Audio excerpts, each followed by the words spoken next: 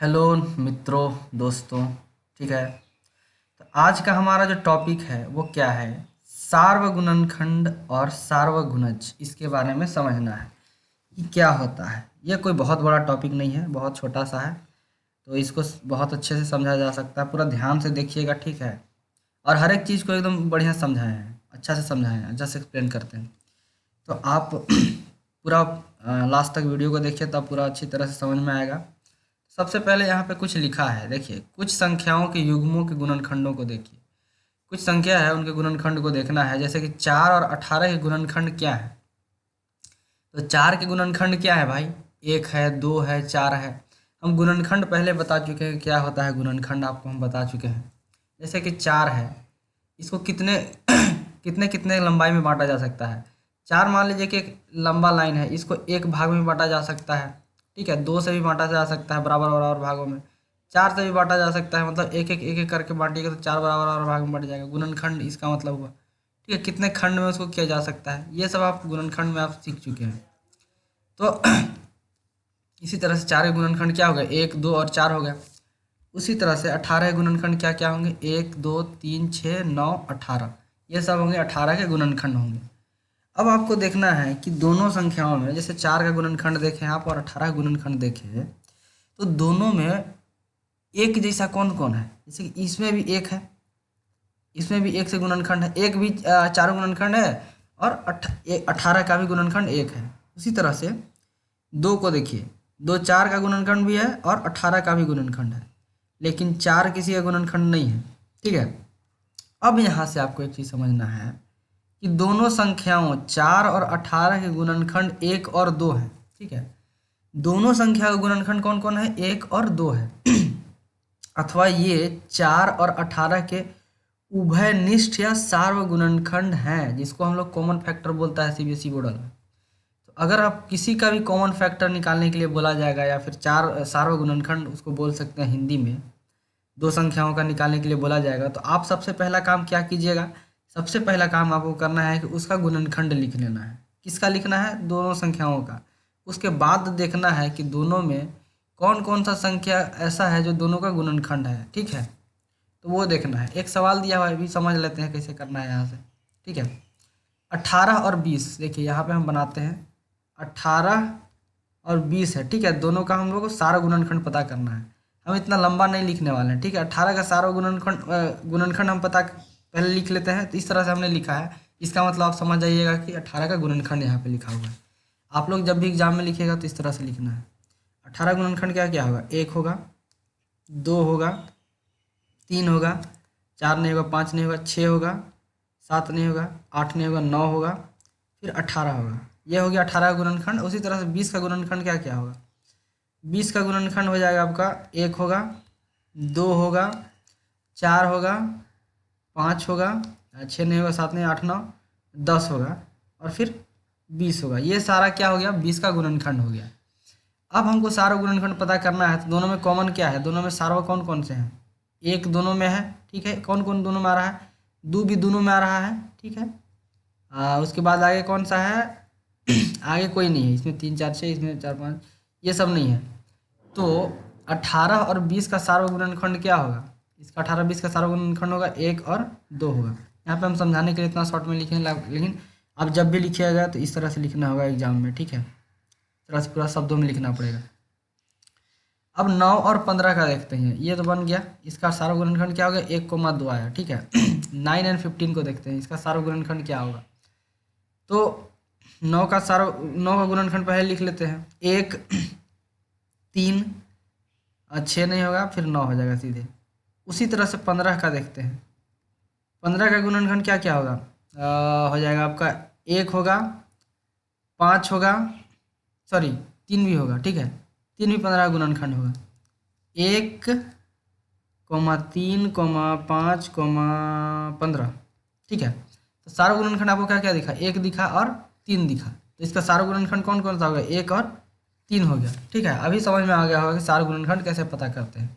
तो इतना आसान था ये, ज़्यादा कुछ मगजमारी नहीं करना था इसमें।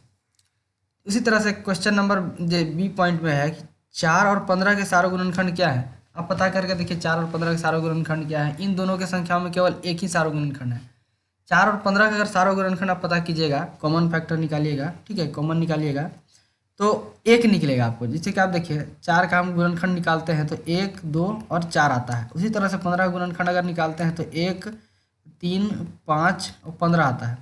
तो सिर्फ एक के है दोनों में आ रहा है, लेकिन दोनों में बाकी सब नहीं आ रहा है, तो इसका एक ही सार्वत्रिक गुणनखंड होगा, ठीक है, 4 और 15 का।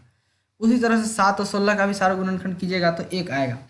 तब यहाँ से एक चीज़ पता चलता है कि दो संख्याएं जिनमें केवल एक ही सार्वत्रिक गुणनखंड होता है सह अभाज्य संख्याएं कहलाती है, ठीक है। ऐसा संख्या जिसमें सिर्फ दो एक के को अति सार्वत्रिक गुणनखंड रहेगा, एक सिर्फ, जैसे कि 4 और 15 है, इसमें कौन सा सार्वत्रिक गुणनखंड है, एक है खाली, ये वाला भर, बाकी इसके अलावा कुछ नहीं है। इसी को हम क्या बोलते हैं, सह अभाज्य संख्याएं बोलते हैं। इसको आप को प्राइम फैक्टर भी अंग्रेजी में बोल सकते हैं, ठीक है। 4 और 15 सह अभाज्य संख्याएं हैं और 7 क्या 7, 15, 12 और 49, 15 नहीं 18 और 23 सहअभाज्य संख्याएं हैं। आपको देखना है कि इसको करना है। 7 और 15 सहअभाज्य है क्या, 7 और 15। उसी तरह से 12 और 49 सहअभाज्य संख्या हैं और 18 और 23 सहअभाज्य संख्या हैं। तो इनमें आप देखिए सारा गुणनखंड निकालिएगा इन लोग का तो सिर्फ एक आएगा, ठीक है, एक के अलावा कुछ नहीं आएगा, तो सारा गुणनखंड निकाला जाएगा। सी में देखिए, क्या हम 4, 12 और 16 के सारा गुणनखंड ज्ञात कर सकते हैं? बिल्कुल कर सकते हैं।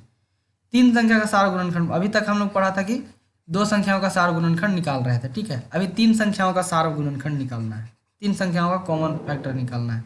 मतलब क्या हुआ 4 के सारा गुणनखंड क्या होगा, 1, 2 और 4 हो जाएगा। उसी तरह से 12 का सारा गुणनखंड क्या होगा, 1, 2, 3, 4, 6, 12। याद रखिएगा गुणनखंड कहने का मतलब क्या हुआ कि जो भी गुणनखंड आप लिख रहे हैं इनसे आप उस संख्या को विभाजित कर सकते हैं। जैसे कि 4 का गुणनखंड है 1, 2 और 4 है, तो 1 से आप 4 को विभाजित कर सकते हैं, 2 से भी 4 को पूर्ण रूप से विभाजित किया जा सकता है, 4 को भी 4 से पूर्ण रूप से विभाजित किया जा सकता है। यही हो गया इसका गुणनखंड, बार बार बोल रहे हैं। 16 के गुणनखंड क्या होंगे, 1, 2, 4, 8, 16। अब देखते हैं कि दोनों में तीनों में बराबर क्या क्या है। कौन सा एक पहला बराबर है, 1 है, तीनों में है, 2 भी तीनों में है, ठीक है, और 4 है तीनों में, ठीक है। इसके अलावा और कुछ है नहीं है। तो क्या हो गया, इनका सार्वत्रिक गुणनखंड हो गया आपका 1 हो गया, 2 हो गया और 4 हो गया। ये आपका सार्वत्रिक गुणनखंड किसका होगा, 4, 12 और 16 का सार्वत्रिक गुणनखंड 1, 2 और 4 हो जाएगा। स्पष्टतः 4, 12 और 16 के सार्वत्रिक गुणनखंड 1, 2 और 4 हैं, ठीक है, यहाँ से देख लीजिए। उसी तरह से आपको ज्ञात करना है, आप ये बना के देखिएगा, इसका 8 का 12 और 20 इनका सार्वत्रिक गुणनखंड प्राप्त कीजिएगा। उसी तरह से 9, 15, 21 का इनका सार्वत्रिक गुणनखंड आप प्राप्त कीजिएगा, ठीक है। इसको घर में बना के कमेंट कर दीजिएगा क्या क्या है सार्वत्रिक गुणनखंड, हमको बता दीजिएगा मैसेज में। अब देखिए, आइए अब एक से अधिक सार्वत्रिक गुणजों को एक साथ लेकर देखें। अभी तक हम सार्वत्रिक गुणनखंड को देख रहे थे, अभी सार्वत्रिक गुणज पता करेंगे, ठीक है। एक से अधिक गुणज को लिखते हैं, जैसे कि 4 और 16 के गुणज क्या क्या है। 4 में 4 आपको जोड़ते जाना है, ठीक है। जैसे कि 4 का गुणज पता करना है ना, तो 4 में आप 4 जोड़ते जाइए। 4 है पहले, फिर 4 जोड़ दिए तो कितना आया, 8 आया। 8 में फिर 4 जोड़िए तो कितना आया, 12 आया, ठीक है। इस तरह से आपको पता जोड़ते जाइएगा तो आपका गुणज प्राप्त हो जाएगा किसका, 4 का। 6 का गुणज पता करने के लिए क्या करना होगा, 6 में 6 जोड़ते जाना होगा। तो 4 के गुणज क्या है, 4 है, 8 है, 12, 16, 20, 24। उसी तरह से 6 का गुणज क्या है, 6, 12, 18, 24, 30, 36, ठीक है। इनमें से क्या कुछ ऐसी संख्याएं हैं जो दोनों सूचियों में आ रही हैं। हम देखते हैं कि 12, 24, 36 4 और 6 के दोनों के गुणज हैं।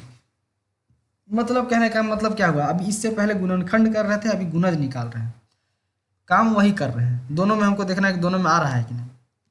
तो जैसे कि 4 का गुणज यहाँ पे लिखा हुआ है और 6 का गुणज यहाँ पे लिखा हुआ है, तो आप देख सकते हैं कि ये 12 है, वो 4 में भी आ रहा है, 6 में भी आ रहा है।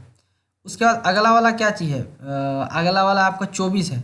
24 यहाँ भी आ रहा है और 24 यहाँ भी आ रहा है, ठीक है। 36 यहाँ भी आ रहा है, यहाँ पे आप कीजिएगा तो 36 इधर भी आएगा, 4 के गुणज में भी 36 आएगा, ठीक है। तो इसी तरह से आप 12, 36 बहुत आगे तक जाएगा, इसको आप पता नहीं कर सकते हैं कितना होगा, ठीक है। तो इसी को बोलते हैं सार्वगुणज बोलते हैं। क्या आप ऐसे कुछ गुणज लिख सकते हैं? ये 4 और, ठीक है, 4 और 6 के उभयनिष्ठ सार्वगुणज हैं, मतलब कॉमन कॉमन मल्टीपल कहलाते हैं। ठीक है, इसका कुछ कुछ उदाहरण देख लेते हैं यहाँ पे। सबसे पहले एक उदाहरण है 3, 5, 6 और सार्वग के गुणज, मतलब इतना गुणज प्राप्त करना है। 3, 5 और 6 के सार्वगुणज ज्ञात कीजिए। तो क्या है, 3 के गुणज पहले हम लिख देंगे। क्या है, 3, 6, मतलब 3 का पहाड़ा मल्ट लिखते जाइए तो 6 का मतलब उसका गुणज निकल जाएगा। ठीक है, 3 वन जा मतलब 5 का कीजिएगा तो 5 का पहाड़ा लिख दीजिए। ठीक है, 5 का गुणज हो जाएगा। 6 का गुणज प्राप्त करना है तो 6, 12, 18, 24, 30, इस तरह से आप उसका पहाड़ा लिख दीजिएगा तो उसका गुणज प्राप्त हो जाएगा। अब पता करना है कि इनमें से सार्वगुणज कौन से होंगे। तो यहाँ पे देखना है कि तीनों में बराबर आना चाहिए। तो तीनों में कौन सा है ये वाला? यहाँ पे इसमें 3 है तो आ रहा है, कहाँ से शुरू हुआ है बराबर होना? यहाँ से 30 से शुरू हुआ है। ठीक है, ये वाला बराबर है, इसमें भी 30 है, इसमें भी 30 है और इसमें भी 30 है। ठीक है, तो 30 हो जाएगा। एक आगे की जगह तो 60 होगा, फिर 90 होगा, इस तरह से। तीनों में कॉमन क्या आ रहा है? कॉमन मल्टीपल क्या आ रहा है? 30, 60, 90, इस तरह से आगे करते जाइएगा तो और आगे आते रहेंगे। ठीक है, अगला उदाहरण एक है 75, 60 और 220 के सार्वग गुणनखंड ज्ञात कीजिए। गुणनखंड ज्ञात करना है। 75 का गुणनखंड क्या होगा? 1, 3, 5, 15, 25, 75, ये सब गुणनखंड लिखा हुआ है। 60 का भी गुणनखंड इस तरह से लिखा हुआ है और 220 का गुणनखंड लिखा हुआ है। इसमें आपको मिला के देखना है, जिसमें एक बराबर सब में एक आ रहा है, 2 नहीं आ रहा है, 3 आ रहा है सब में। ठीक है, 5 भी सब में आ रहा है। ठीक है, 5 आ रहा है, 15 नहीं आ रहा है। इस तरह से आप लिख सकते हैं। 15 भी आ रहा है लगता है, 15 यहाँ पे, यहाँ पे 15 है, यहाँ पे 15 है। ठीक है, तो इस तरह से ये क्या होगा? 3, 1, 3, 5, 15, ये क्या होगा? सार्वगुणनखंड में किसके किसके? 75, 60 और 220। मतलब आपसे कुछ सवाल इस तरह से पूछा जाएगा कि ऐसी संख्या ज्ञात कीजिए, ऐसी संख्या ज्ञात कीजिए जो जिससे हम अगर 75 को और 60 को और 210 को विभाजित करेंगे तो पूर्ण रूप से विभाजित हो जाएगा। तो पहला संख्या हो जाएगा 1 हो जाएगा। ठीक है, दूसरा संख्या 30 हो जाएगा और तीसरा संख्या 5 हो जाएगा, फिर पाँचवा 15 हो जाएगा। ठीक है, चौथा 15 हो जाएगा। ठीक है, तो इस तरह से आप अगर निकालने के लिए बोला जाएगा कि ऐसी संख्या ज्ञात कीजिए जिससे अगर इन इन तीनों को विभाजित कीजिएगा तो पूर्ण रूप से विभाजित हो जाएगा, तो आप क्या कीजिएगा? सार्वगुणनखंड निकाल लीजिएगा, तो यहाँ से आपको पता चल जाएगा, वो संख्या प्राप्त हो जाएगा। 15 से अगर भाग दीजिएगा तीनों संख्याओं को विभाजित हो सकता है पूर्ण रूप से। ठीक है, उसी तरह से 3, 4 और 9 के सार्वगुणज ज्ञात कीजिए। देखिए, तो सार्वगुणज में क्या होता है? अभी गुणज और गुणनखंड में अंतर होना चाहिए आपको पता। ठीक है, तो गुणज 3 के गुणज कौन कौन से होंगे? 3, 6, 9, 12, 15, 18, 21, 22, 24। ठीक है, 21, 24, 27, 30, 33, 36, 39, 42, मतलब ये सब है। आगे जितना तक बढ़ते जाइएगा जाते जाएगा। ठीक है, उसी तरह से 4 के गुणज क्या हो गए? 4, 8, 12, 16, इस तरह से आगे बढ़ते जाएगा। 9 का गुणज हो गया 9, 18, 27, 26, 45, 54, 63, ये सब गुणज है। ठीक है, गुणज है। अब तीनों में मिला के देखना है तीनों में बराबर क्या है। तो यहाँ पे देखिएगा तो इसमें 36 है, ऊपरे वाला में 3 का गुणज में 36 आता है, 4 के गुणज में भी 36 आता है और 9 के भी गुणज में भी 36 आता है। तो पहला संख्या 36 हो गया, फिर 72, फिर 108, इस तरह से। तो ये सब क्या हुआ? सार्वगुणज हुआ। सार्वगुणज। देखिए, गुणज और गुणनखंड में अंतर क्या है ये हम पहले बता चुके हैं, लेकिन फिर से एक बार बता दे रहे हैं। अगर आपको 4 का गुणनखंड निकालने के लिए बोला जाएगा, गुणनखंड, तो 1, 2, 4, मतलब क्या हुआ? ये जो 3 संख्या है, इन तीनों संख्याओं से 4 को विभाजित किया जाता है, पूर्ण रूप से किया जा सकता है। अब आपको 4 का गुणज निकालने के लिए बोल दिया जाएगा, तो आपका क्या होगा? 4 होगा, 8 होगा, 12 होगा, 16 होगा। मतलब है कि 4 से इन सभी संख्याओं को विभाजित किया जा सकता है पूर्ण रूप से। ठीक है, तो आपको याद रखना है उल्टा। देखिए, गुणनखंड निकालने के लिए बोला जाएगा तो 4 का मतलब जितना भी जो भी संख्या उसका गुणनखंड निकालिएगा तो उस संख्याओं से उसको विभाजित किया जा सकता है। मतलब 4 का गुणनखंड यहाँ पे देखिए 1, 2, 4 है, इससे हम 4 को विभाजित कर सकते हैं पूर्ण रूप से। लेकिन गुणज में क्या होता है? जो भी गुणज आप लिखिएगा उससे आप 4 से उस सभी संख्याओं को विभाजित कर सकते हैं पूर्ण रूप से, अगर गुणज निकालें। ठीक है, यही अंतर। अभी यहाँ पे प्रश्नावली 3.4 दिया हुआ है। अगर आपको ये ऊपर वाला चीज़ पूरा समझ में आया है अच्छी तरह से, जितना अभी बताया गया है, अगर समझ में आया है तो आराम से इन प्रश्नों को बनाने में कोई भी मुश्किल नहीं होगा। ठीक है, बना के देखिएगा। जहाँ भी मुश्किल होता है कमेंट कीजिए, आप लोग कमेंट वमेंट नहीं करते हैं। ठीक है।